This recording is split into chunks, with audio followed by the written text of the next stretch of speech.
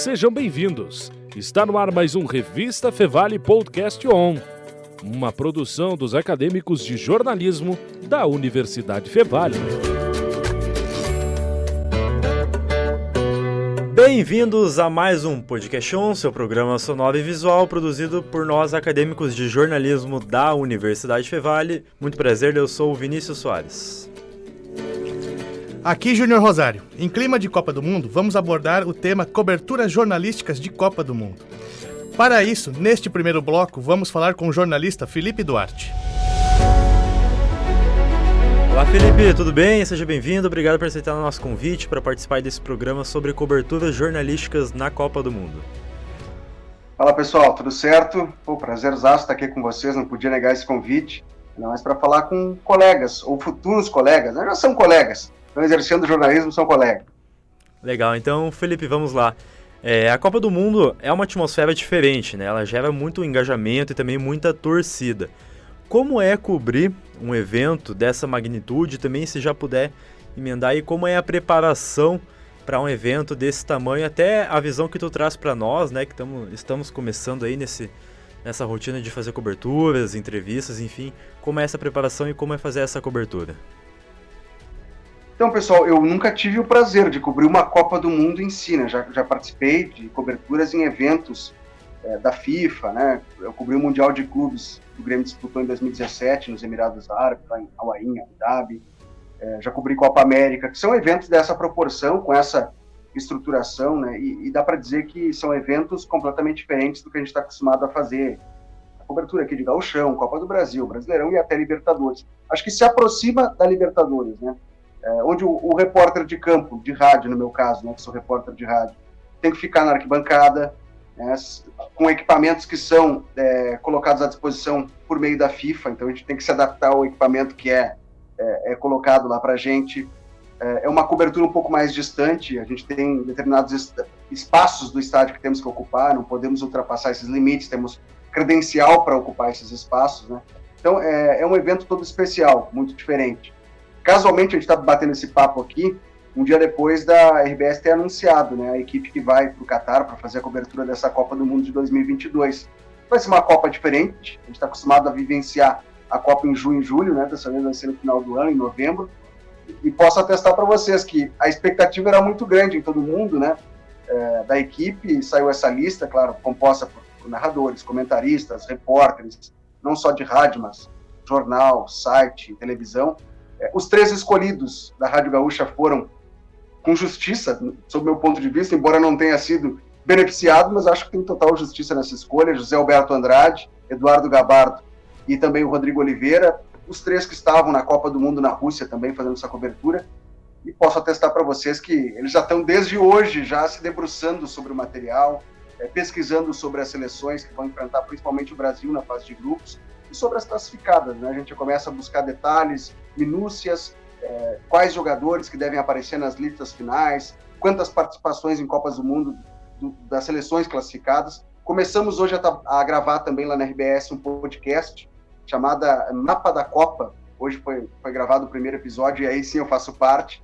E falamos especificamente do Grupo A da Copa do Mundo, né? Então, no meu caso, tive que estudar sobre Senegal, Catar, Equador e Holanda, que compõem esse Grupo A para poder gravar esse podcast. Então, posso dizer, sem medo nenhum de errar, que apesar de não estar envolvido fisicamente na viagem ao Catar, eu vou estar envolvido na Copa do Mundo, nessa cobertura de Copa do Mundo, né? Seja de uma forma ou de outra, pelo jornal, pelo site, pela rádio, cobrindo algum jogo por aqui, ou por meio desse podcast que vai ao ar nos próximos dias.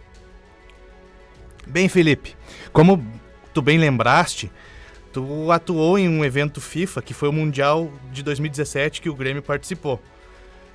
A cobertura em si deve ter algumas semelhanças da Copa do Mundo. Agora eu queria saber qual é a diferença das coberturas, como já tu trabalhaste nas 4 rádios principais sobre esporte, na Grenal, na Bandeirantes, na Guaíba e agora na Gaúcha.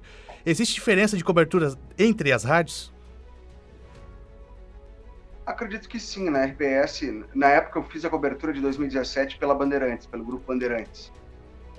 Fomos enviados aos Emirados Árabes, eu e o Daniel Oliveira, né, narrador, hoje está na Rádio ABC de Novo Hamburgo, e enquanto a RBS tinha um grupo de sei lá, 10, 20 profissionais lá, né? E eu lembro, assim, de olhar até com um certo ar de inveja. Poxa, era tanta gente fazendo aquela cobertura e eu e o Daniel nos desvirando em 1000 para poder equiparar ou chegar próximo, né, da cobertura que eles estavam fazendo.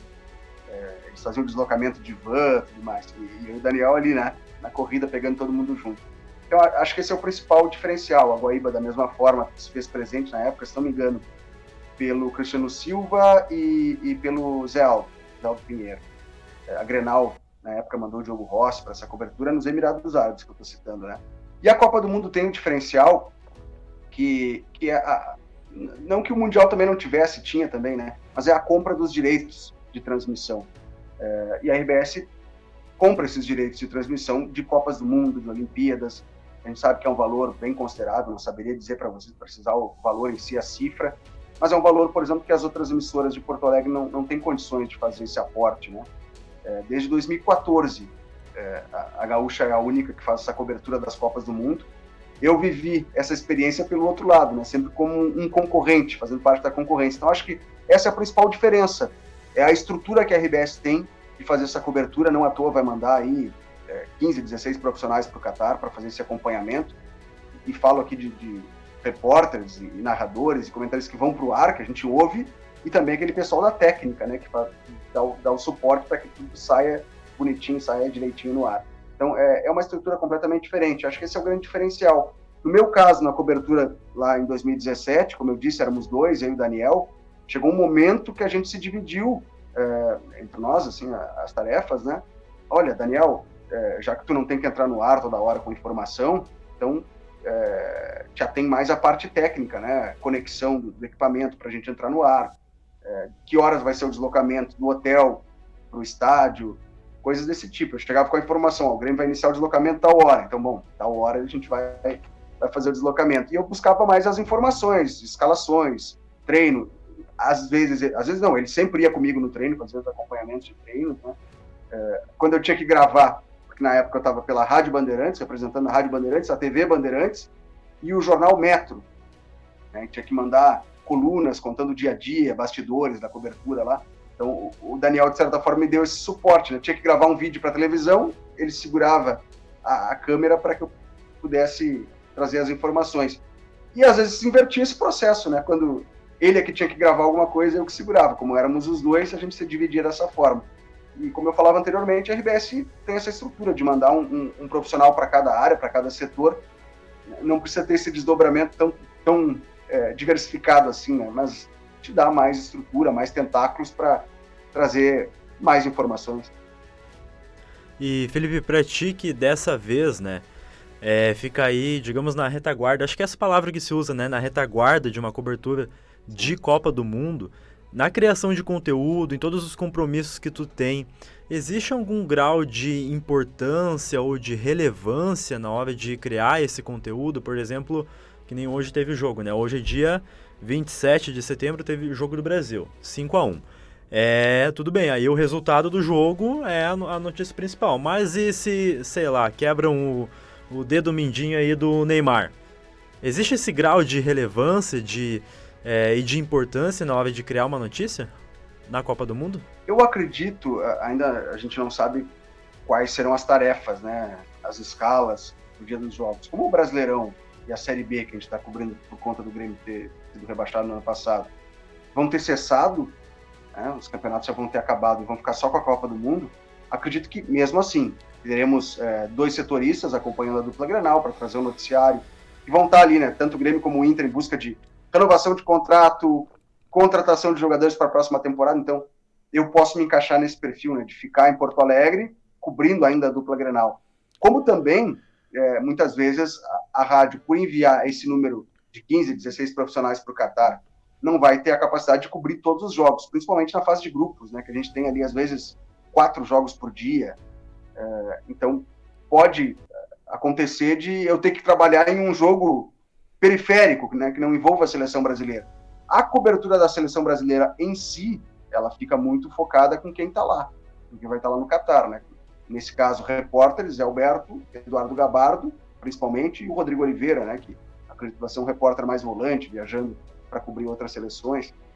Enfim, estou falando para vocês aqui que eu também não sei. Essa escala ainda não foi criada, né?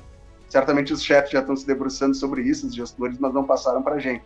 Mas eu imagino que seja dessa forma. Conversando com outros colegas que fizeram coberturas de retaguarda, assim como eu espero fazer, aconteceu dessa forma. O mais diferente foi a Copa do Mundo de 2014, pelo que me consta, né? Que daí, como a Copa era aqui no Brasil, então tinha um repórter em cada cidade. E aí acontecia, por exemplo, né, de jogar Holanda e Espanha em Salvador, na Fonte Nova, tinha um repórter lá em Salvador cobrindo todos os jogos que acontecessem na Bahia. Ali foi uma ocasião especial. Agora, para o Catar, acredito que vai ser dessa forma, né? A gente vai ficar quem ficar em Porto Alegre, que é o meu caso, vai ficar dividido entre a dupla Grenal e alguns outros jogos da Copa do Mundo. Bem, Felipe, pegando o gancho da Copa de 2014, né? Você estava na Rádio Guaíba.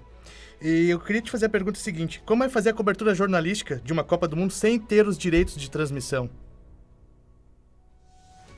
Foi muito difícil, porque o principal do futebol é a transmissão do jogo, né? Claro que a gente vai trazendo informação no dia a dia.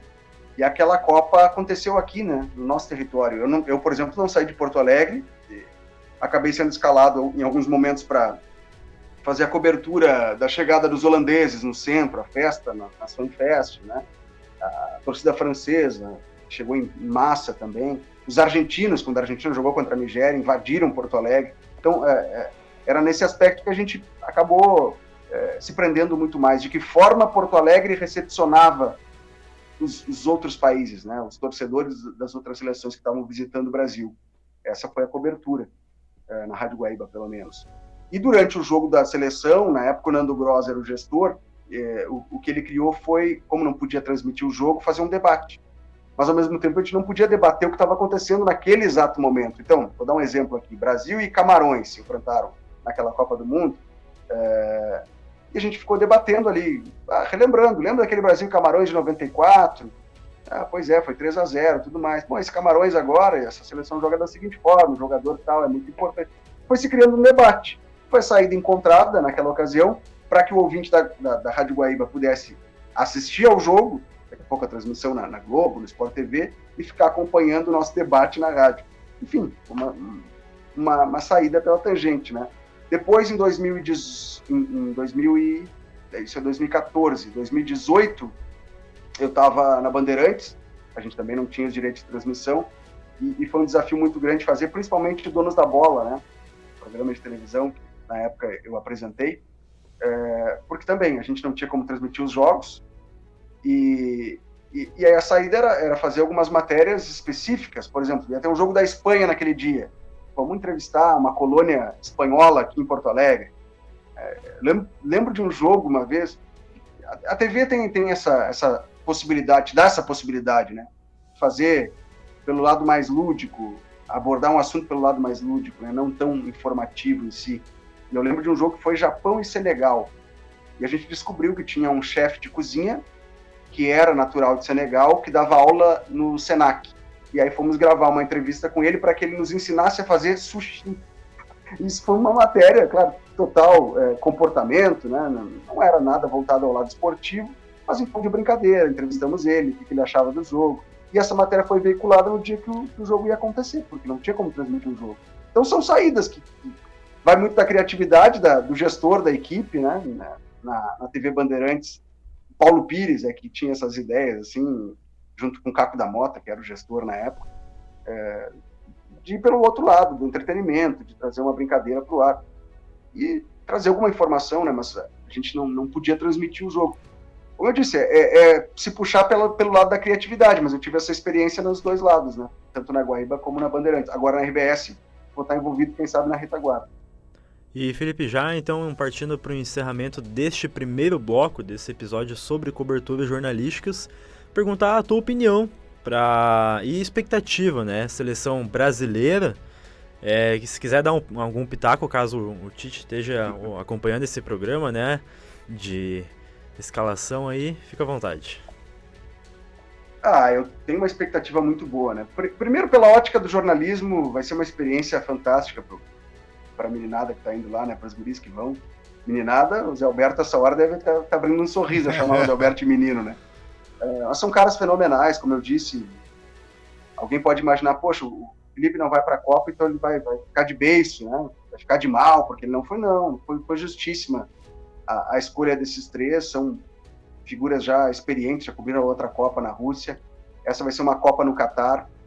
Alguns deles já tiveram a oportunidade de ir a Abu Dhabi, aos Emirados Árabes. O Rodrigo Oliveira me parece que não. Mas o mundo árabe é completamente diferente. É uma experiência de vida, né? Que eles vão ter para contar para o resto da vida, para os amigos, para a família. Eu me sentia, por exemplo, lá nos Emirados Árabes como se estivesse em outro mundo. Até porque o primeiro jogo do Grêmio naquela ocasião foi em Al Ain, Grêmio Pachuca, então era no interior dos Emirados Árabes, quase fronteira com Omã. Vamos que alugar um carro, viajar pelo interior dos Emirados Árabes. E esse cenário que a gente está acostumado a ver aqui no Brasil, no Rio Grande do Sul principalmente, né? Do Pampa, uma colina composta por árvores, por grama. Lá a colina era composta por areia, eram dunas. E lá no horizonte, quando tu mirava, tinha uns camelinhos passando. Então, sabe, a figura que eu só tinha visto em filme, em desenho animado do Aladdin, completamente diferente para mim. Então, acho que isso é absorver a diversidade cultural, de conviver com outros repórteres. Naquela ocasião, a cobertura espanhola era muito pesada, lógico, por conta da presença do Real Madrid.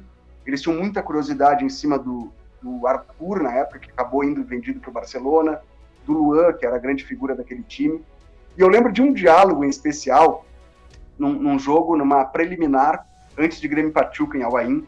Fui pegar um café na mesa composta lá no estádio pela FIFA, né? E aí tinha um jornalista que era português. E aí ele me ofereceu o café logo depois dele, e eu perguntei, tu é português, né? E aí ele me respondeu, como sabes? Eu disse, pelo sotaque. E aí ele me respondeu, sotaque tens tu, a minha língua mãe. E eu achei isso genial, é verdade, mas olha que riqueza de experiência poder trocar, né? E se dá conta, o cara tá falando português de Portugal, e a língua dele é a primeira. A gente é que fala com sotaque, porque o português veio para o Brasil e se desenvolveu de uma outra forma, né? Mas enfim, são algumas das experiências que absorvi naquela ocasião, que os guris têm certeza vão absorver dessa vez lá no Catar, na cobertura dessa Copa do Mundo. Sobre o futebol, a minha expectativa como brasileiro, como torcedor, como admirador do Tite, admirador como técnico de futebol e como figura humana dele, do Kleber Xavier, é a maior possível, né? Espero que tragam o Hexa, que sejam campeões brindados nesse trabalho magnífico que eles vêm conduzindo, mesmo que não tenham conquistado a Copa da Rússia, caindo para a Bélgica, que é uma seleção forte, né? Acho que foi um aprendizado, tudo aquilo que foi vivenciado por eles, pela comissão técnica lá, o Tite já tem falado muito sobre isso, né? De que ele entendeu que é um torneio de tiro curto, que tem que respeitar o momento dos atletas, se o Gabriel Jesus não está fazendo gol, ele tem que sair porque o Firmino está melhor, não interessa o adversário. E acho que o Tite aprendeu com isso, né? A gente está vendo, não tem um time titular, uma escalação titular da seleção brasileira. Tem formas de jogar, e dependendo da ocasião, dependendo do adversário, dependendo do estágio físico de cada atleta, o Tite vai fazendo esse rodízio de jogadores, de sistema tático, de mecânica de jogo. É um trabalho muito completo, o Tite está no auge, né, entre os maiores técnicos do mundo, com jogadores que estão na ponta dos cascos, né, Neymar, Rafinha, Vini Júnior, vamos pegar ali o Antony também no Manchester United agora, mais atrás ali, Casemiro, também trocando de clube, mas alto nível, Marquinhos, Thiago Silva, Alisson, olha, aquela crítica que se fazia, a geração brasileira já não é mais a mesma, né? Eu discordo completamente. Se a gente comparar esses jogadores com Romário, Ronaldo, Rivaldo, bom, aí vamos chegar à conclusão que aqueles jogadores eram melhores. Mas se compararmos a nossa geração atual com a das outras seleções, a gente bota quem na fila aí junto com o Brasil? França, Argentina, acho que vem muito bem treinada pelo Lionel Scaloni, não sei, de repente Espanha, Alemanha, sempre muito fortes, mas o Brasil está nesse bolo e tem a chance, quem sabe, de conquistar o Hexa. Tomara que venha com a cobertura da Rádio Gaúcha. Então, mais uma vez agradecendo ao Felipe Duarte. Felipe, obrigado pela tua participação. Quer deixar algum recado, tuas redes sociais? Bom, para quem quiser me seguir então nas redes sociais, no Twitter e no Instagram, é o mesmo. Felipe com I, Felipe Duarte 88, tanto no Twitter como no Instagram. No Facebook tem uma página, Felipe Duarte Jornalista, onde eu posto, publico as matérias que eu escrevi para a GZH, que estão publicadas no GZH, no Jornal Zero Hora. Tá tudo lá, toda a divulgação certinha. E também tem o meu livro, né? Escola Gaúcha de Futebol, lançada pela editora Ludopédio. Está à venda no site da editora, ludopédio.com.br. Valeu, gente. Obrigado pelo convite. Valeu, Felipe. Tudo de bom pra ti e abraços. Até uma próxima. Valeu, gente. Abração. Bom programa.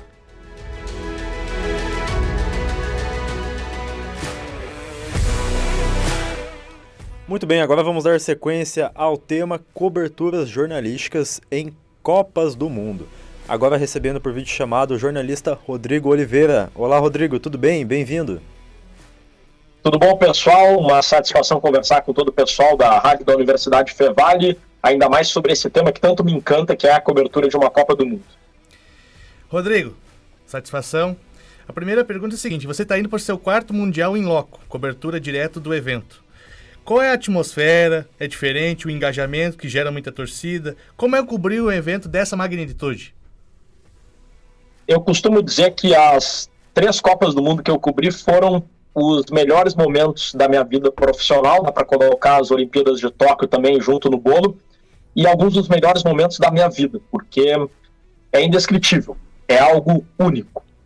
Tirando esse aspecto mais abstrato, mais complexo de explicar, né, a questão sentimental, emocional, aquela coisa que só cai a ficha depois, né? Eu costumo dizer que uma Copa do Mundo, o melhor momento da cobertura é quando tu volta no avião e o trabalho foi bom, porque é aí que tu cai a ficha e consegue relaxar e curtir, porque durante...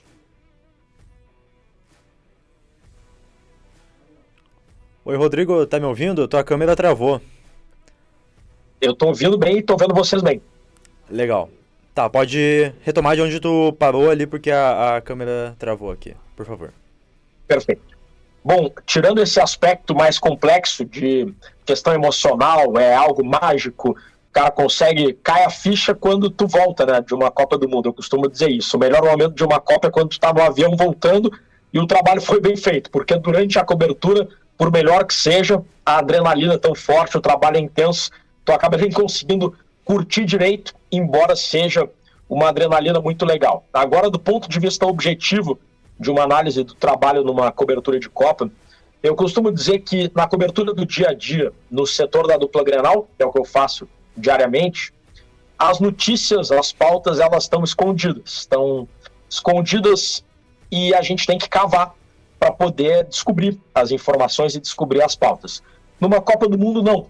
As pautas não estão escondidas, elas estão circulando o tempo todo, e são muitas pautas. E o principal trabalho, que não é fácil, é estar no lugar certo, na hora certa, porque é muita coisa, e eu acredito que, se tratando de uma cobertura de rádio, o mais importante é contar histórias que diferenciem a cobertura em relação ao que o público vai acompanhar nas mídias nacionais e na internet. Então, é muito divertido. Eu acho que é jornalismo puro na essência, porque a cobertura de uma Copa une futebol e a cobertura esportiva, os status dos times, escalação, lesão, análise tática, mas também aspectos culturais e políticos do país da Copa e também das seleções envolvidas.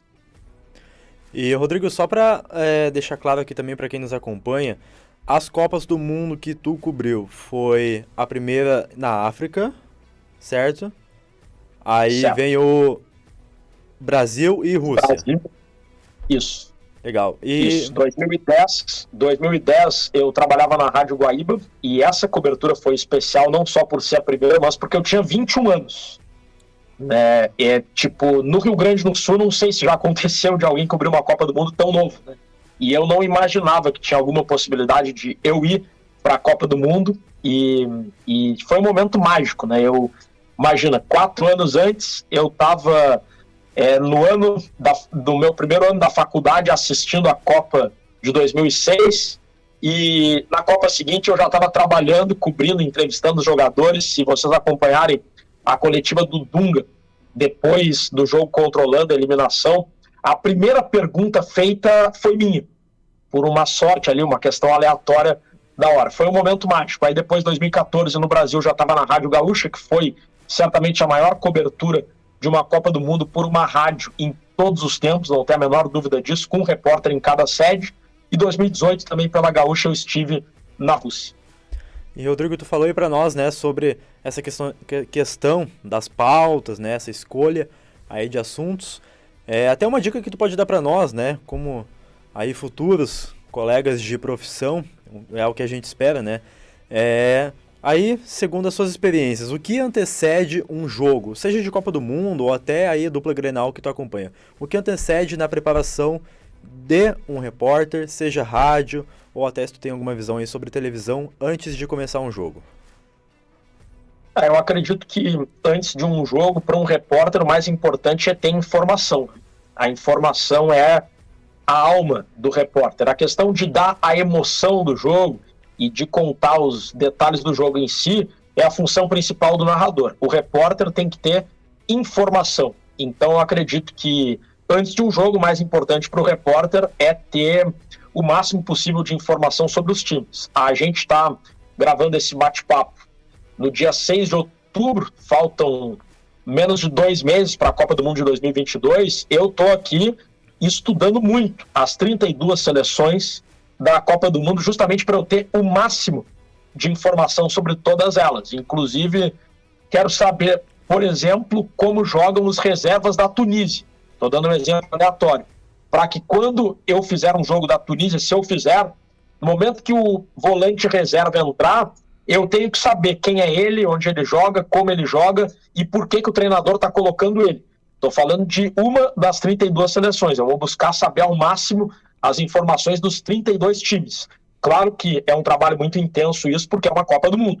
Eu não vou ficar 2 meses estudando para fazer um jogo Flamengo-Inter ou Grêmio-Londrina. Mas eu vou sim buscar o máximo de informações do Grêmio e do Inter, que são os times que a gente cobre normalmente, e também dos adversários, para que a gente possa abastecer os ouvintes de informações ao longo da transmissão.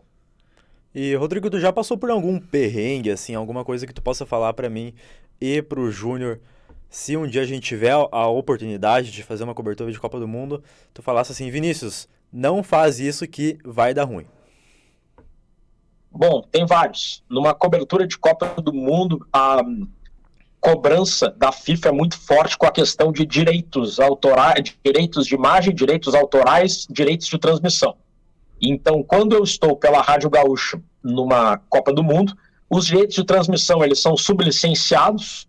Quem compra os direitos para o Brasil é a Rede Globo, e a Globo ela tem os direitos de transmissão para a televisão e sublicencia os direitos de rádio para as emissoras de rádio que se interessam em comprar. A Rádio Gaúcha é uma delas. Então, no momento que a Rádio Gaúcha compra os direitos, os repórteres da Rádio Gaúcha são credenciados como repórteres de rádio. Eles não podem, sob hipótese alguma, fazer fotos em áreas de competição. Então, quando eu estiver na zona mista entrevistando os jogadores, eu não posso fazer foto. E, tecnicamente, eu não posso nem fazer selfie no estádio. Claro que quando tu vai fazer uma selfie para ter uma recordação pessoal do estádio, o pessoal costuma ter o bom senso. Mas o que não pode é tirar foto sem ter credencial de fotógrafo. Então, isso é algo que o pessoal cobra muito e pode, inclusive, perder a credencial se o cara burla isso de uma forma sucessiva. Em relação a perrengues, acho que a cultura do país precisa ser muito estudada antes para que o repórter não cometa gafes, que não faça algo que possa ser culturalmente não aceito no local.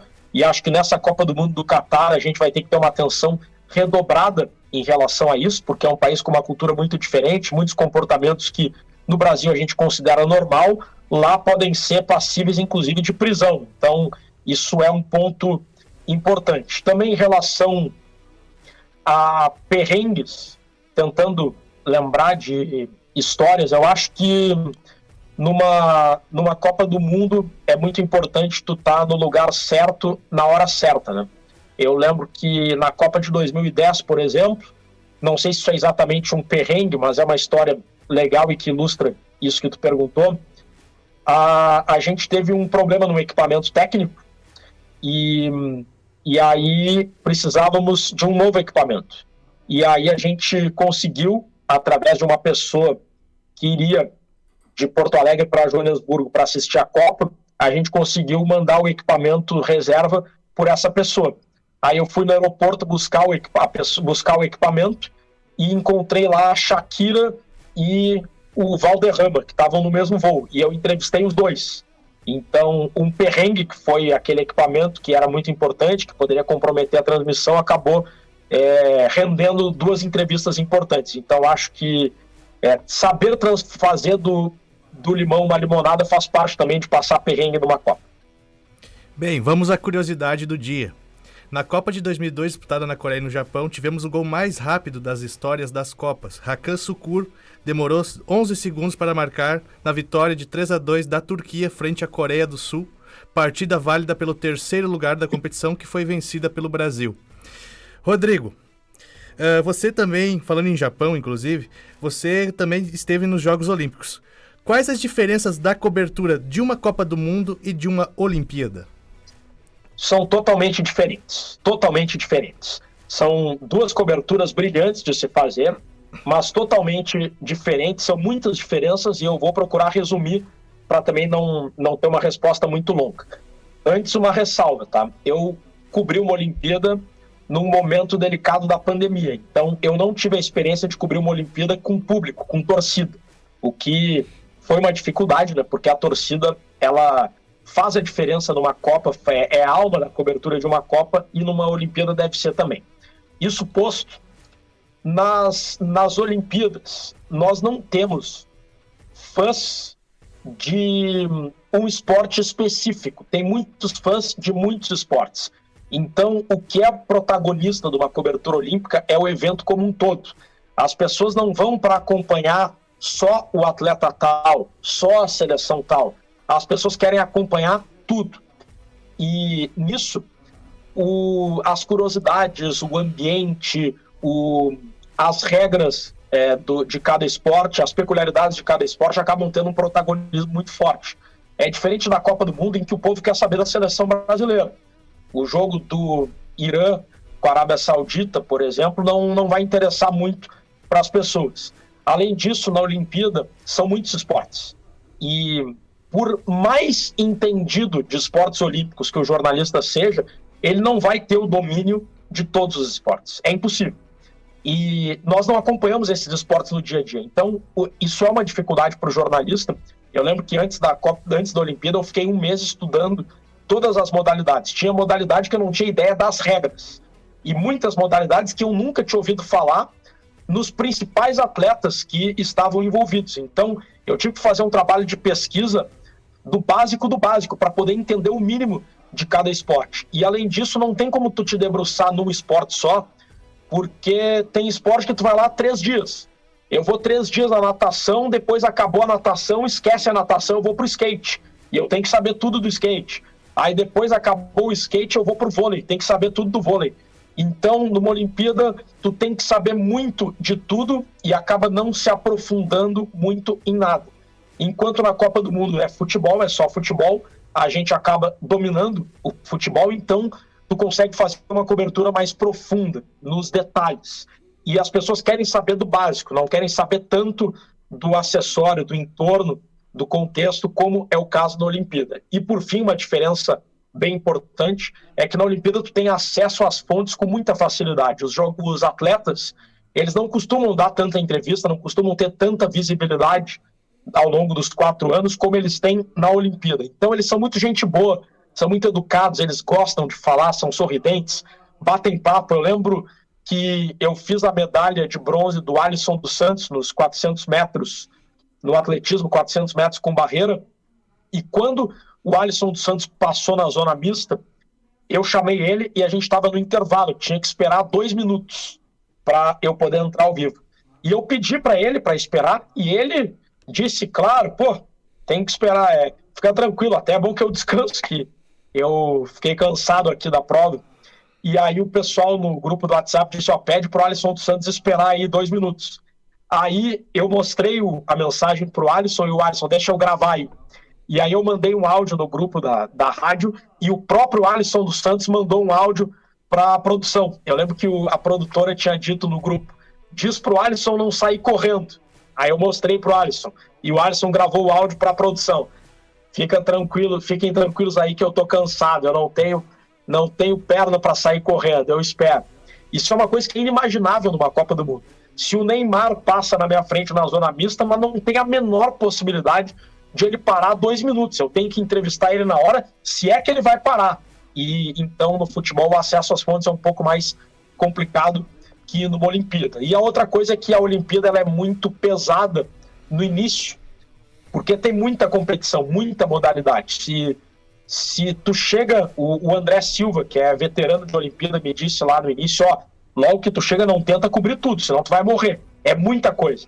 E chega no final, a cobertura esfria no final de uma Olimpíada, porque a maioria das modalidades já acabou, algumas modalidades que tem mais apelo, o pessoal já foi tudo embora, então tem menos eventos e a cobertura dá uma esfriada. Ela é muito quente no início e dá uma esfriada no fim.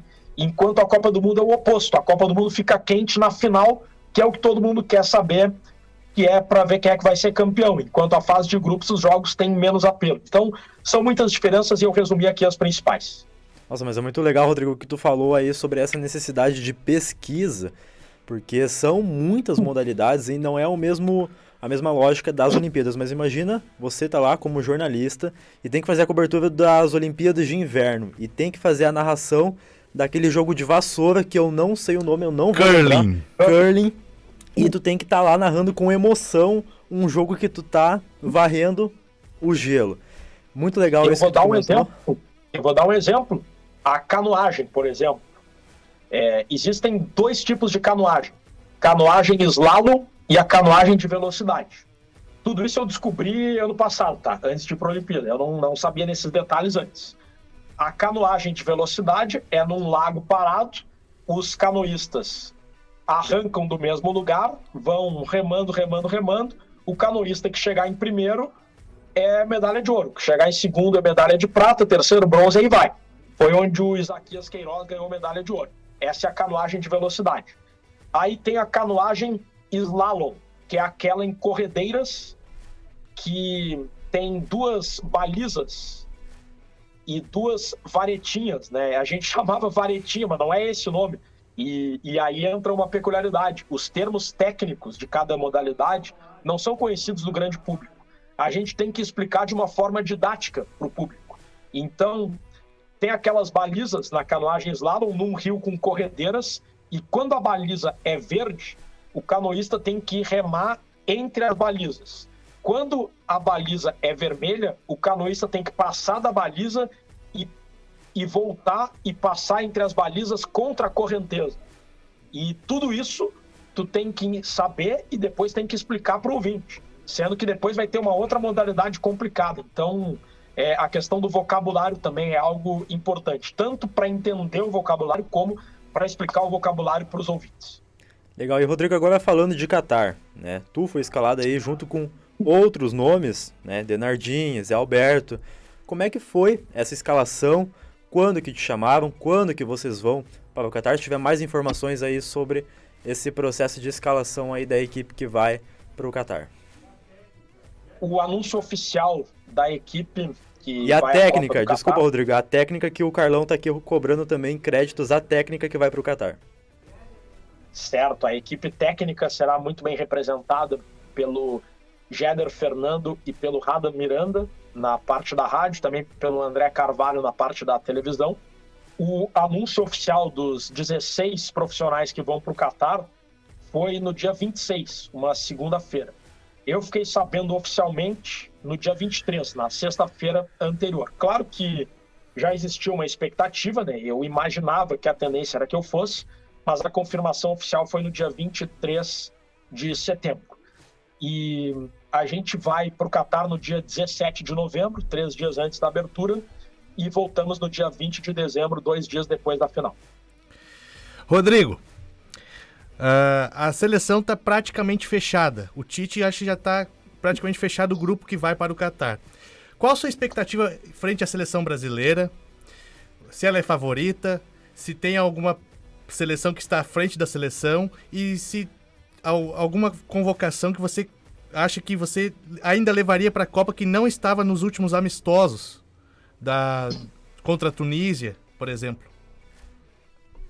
Eu acho que o Tite está fazendo uma convocação muito boa, eu concordo com as decisões dele no geral, acho que a base que ele vem levando é a base que eu levaria. Dos jogadores que não estiveram nos jogos contra a Gana e Tunísia, eu levaria o Gabriel Jesus, eu acho que o Tite vai levar, apesar de não ter levado para esses amistosos. E qual foi a outra pergunta mesmo? A questão da seleção brasileira na Copa do Mundo, se ela é a favorita ou se tem alguma seleção à frente da seleção? Eu acho que essa Copa do Mundo vai ser uma Copa muito difícil e equilibrada, porque eu vejo muitas seleções ou favoritas ou com qualidade suficiente para eliminar favoritos. Então, o Brasil é um dos favoritos, não tem a menor dúvida. O Brasil está jogando muito bem. Mas tem muitas outras seleções que também estão muito bem e que podem complicar a vida do Brasil. Vou dar um exemplo. No grupo do Brasil, eu prevejo jogos complicadíssimos contra a Sérvia e Suíça. Óbvio que o Brasil é favorito, tende a ganhar, mas não vai ser barbado. A Suíça e a Sérvia estão jogando bem, tem jogadores de qualidade. Camarões é que vem de resultados terríveis e a tendência é o Brasil passar com mais facilidade. Mas pensando na Copa como um todo, eu vejo o Brasil e a Argentina muito fortes. A Argentina está com uma invencibilidade de 35 jogos. O Lionel Scaloni conseguiu montar um esquema em que torna a Argentina letal com o Messi, mas também torna a Argentina independente do Messi. Eu acredito que entre as outras grandes seleções, a Alemanha não vem tão bem, a França teve ali o tropeço na Liga das Nações, mas são times fortes e que têm camisa, que crescem na hora certa. Acho que a Inglaterra tem um time forte, também pode incomodar. Acho que Portugal tem Cristiano Ronaldo, sempre vai ser candidato. A Holanda e a Espanha vêm muito fortes, com modelo de jogo envolvente, também são candidatas. Eu colocaria num primeiro pelotão Brasil, Argentina, Espanha e Holanda, seguidos muito de perto pelas outras seleções que eu citei, a Alemanha, a França, Portugal, e tem aquelas seleções intermediárias que não são candidatas ao título, mas podem muito bem eliminar os favoritos, como a Croácia, atual vice-campeã, a Dinamarca, que vem com um time forte, fez uma boa eliminatória. Então, eu vejo uma Copa do Mundo de altíssimo nível técnico e muito equilibrada entre os principais times. Muito bem, então, Rodrigo. Agora chega o momento que a gente vai aí indo para o encerramento desse episódio. Gostaria de agradecer a sua participação por aceitar nosso convite para contribuir aí com a pauta sobre coberturas jornalísticas em Copas do Mundo. Muito obrigado. Quer deixar mais algum comentário, rede social? Fica à vontade.